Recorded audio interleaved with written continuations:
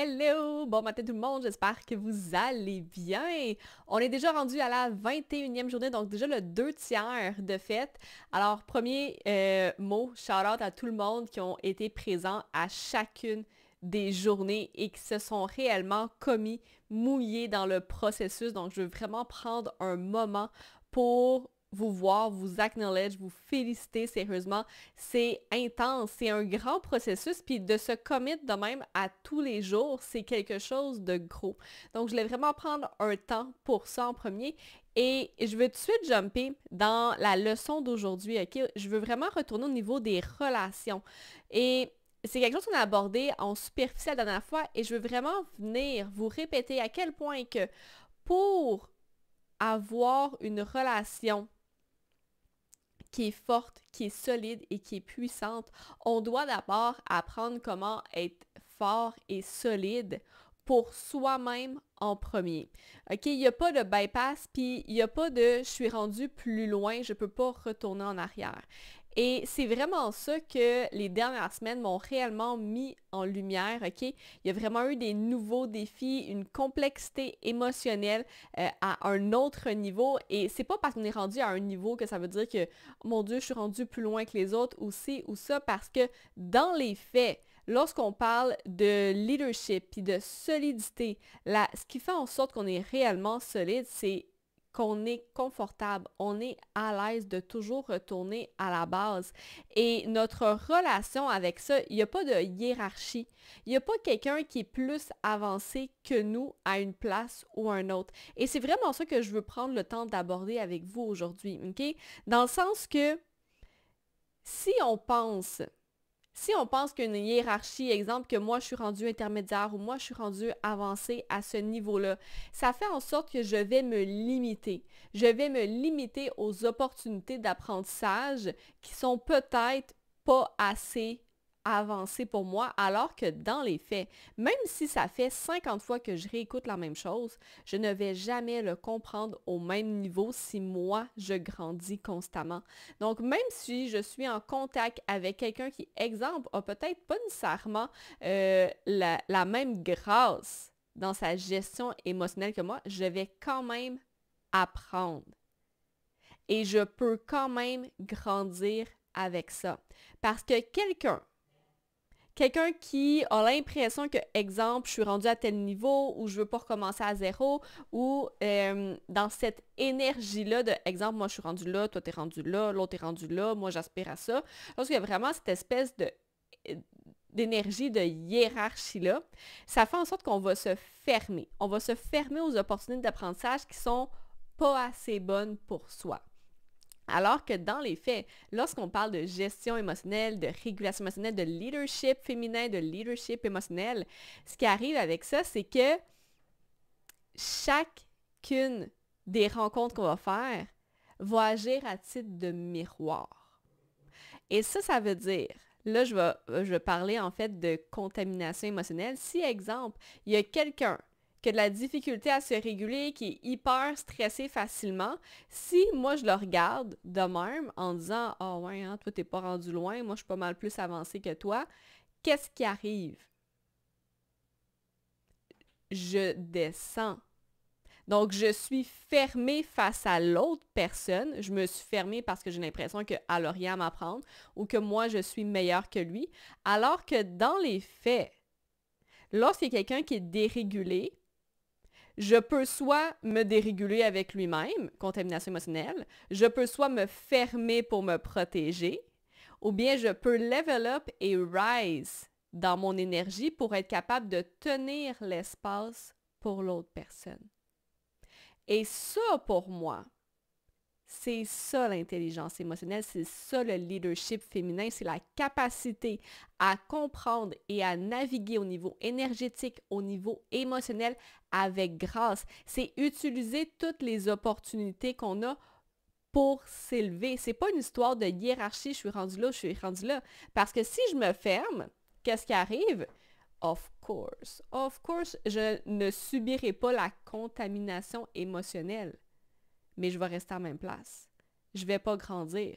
Je suis uniquement fermée à mon propre champ énergétique. Ça me demande énormément d'énergie et de nouvelles compétences que d'être capable de tenir l'espace pour moi, qui ressent l'inconfort de l'autre, et tenir l'espace pour l'autre personne en même temps. Et lorsqu'on comprend ça, on est d'accord qu'on voit l'autre personne dans son leadership. Si je suis capable de me réguler en premier, de tenir l'espace pour que l'autre personne vive ce qu'elle a à vivre, je suis uniquement capable de le faire si je vois l'autre personne dans son leadership en premier. Et si je vois l'autre personne dans son leadership, moi, je suis capable de step up dans mon leadership. Est-ce que vous comprenez que ce n'est pas une histoire de hiérarchie? C'est comment est-ce qu'on peut venir unir, comment est-ce qu'on peut venir coopérer, comment est-ce qu'on peut venir travailler ensemble. Mais du moment où ce que je vois une hiérarchie, que je pense que je suis meilleur ou que je suis moins bon que quelqu'un, je viens créer une hiérarchie, je viens créer une dissociation, une séparation. La séparation m'empêche de moi step up dans mon leadership. Je vais rester à la même place. Donc, est-ce que je suis réellement avancée si lorsque je fais face à ça, je déboule en bas de l'échelle? Je suis pas capable, moi, de me réguler et moi d'être solide si je suis dans une pièce avec quelqu'un qui n'est pas solide. Lorsqu'on parle d'intelligence émotionnelle, de solidité, c'est aussi sa capacité à rester solide, à rester dans son leadership lorsque des choses autour de nous qui bougent et qui ont la possibilité de venir nous déréguler. Ça, c'est du leadership. Mais pour être capable de rester solide, je dois d'abord être capable de voir l'autre personne dans son leadership à lui, dans son leadership à elle. C'est comme ça que moi, je vais pouvoir rise. C'est comme ça que moi, je vais réellement rencontrer l'intelligence émotionnelle. Parce qu'on est d'accord que si, exemple, je suis capable de dealer avec mes émotions, mais que je reste à ce plateau-là, j'arrête de grandir, je vais retomber en bas de l'échelle. L'intelligence émotionnelle, c'est comme un muscle, on doit le pratiquer. Donc, si, exemple, c'est rendu facile pour moi de faire toujours la même chose, puis je ne m'améliore plus, je vais le perdre. Ma capacité émotionnelle, mon élasticité, ma solidité émotionnelle, elle va diminuer. Et pour continuer à garder, conserver et améliorer cette flexibilité émotionnelle, qui est aussi une solidité, je dois le pratiquer. Ça veut dire que je dois faire face à des nouveaux défis, des nouveaux challenges à chaque jour. C'est ça l'intelligence émotionnelle. C'est ça le leadership féminin. Mais si je pense que je suis meilleure que quelqu'un d'autre, je vais faire du surplace. Puis je vais perdre mes gains. Donc, il n'y a pas d'histoire de hiérarchie. Tout le monde est rendu où est-ce qu'il est et c'est le fait de faire face à juste quelque chose qui est un petit peu plus challengeant, développer peut-être une nouvelle habileté, venir peaufiner quelque chose à une place. C'est ça l'intelligence émotionnelle. Ça n'a pas rapport à où est-ce qu'on est rendu sur un continuum. Ça a rapport à comment est-ce qu'on réagit dans un contexte, dans une situation donnée. Même si, exemple, j'ai de la misère à me réguler moi, fait que je suis pas capable de tenir l'espace pour quelqu'un d'autre. Ça veut pas dire que je suis moins avancée, ça veut pas dire que je suis en bas dans une hiérarchie. Parce que ma capacité émotionnelle, je viens au top de ce que je suis capable de tenir à ce moment-là. Puis je sais que demain, ça va être plus facile. Puis dans un mois, ça va être différent. Puis dans 6 mois, je vais peut-être être capable de tenir l'espace pour quelqu'un d'autre avec full de facilité. Mais c'est toujours contextuel.